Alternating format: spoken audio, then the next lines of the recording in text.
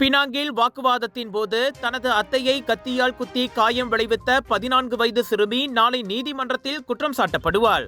புக்கெட் முர்தாஜாம் நீதிமன்றத்தில் நாளை அவள் நிறுத்தப்படுவாள் என செபராம் பிராய் தங்கா மாவட்ட போலீஸ் தலைவர் துணை ஆணையர் ஹில்மி அரிஸ் அதனை உறுதிப்படுத்தினார். ஆயுதத்தை கொண்டு காயம் விளைவித்ததாக குற்றவியல் சட்டத்தின் 324வது பிரிவின் கீழ் குற்றச்சாட்டு சுமத்தப்படும் என NST-யிடம் அவர் கூறினார். குற்றம் நிரூபிக்கப்பட்டால் அதிகபட்சமாக 10 ஆண்டுகள் சிறையுடன் அபராதமும் பிரம்படியும் விதிக்கப்படலாம். முன்னதாக இன்று முடிவடைந்த அச்சிறுமியின் தடுப்பு காவலை மேலும் 3 நாட்களுக்கு நீட்டிக்க நீதிமன்றம் அனுமதி வழங்கியது. ஜனவரி 3ஆம் தேதி ஜலான் பிராய் ஜயாவில் உள்ள அடுக்குமாடி வீட்டில் காலை 11 மணி வாக்கில் அச்சம்பவம் நிகழ்ந்தது.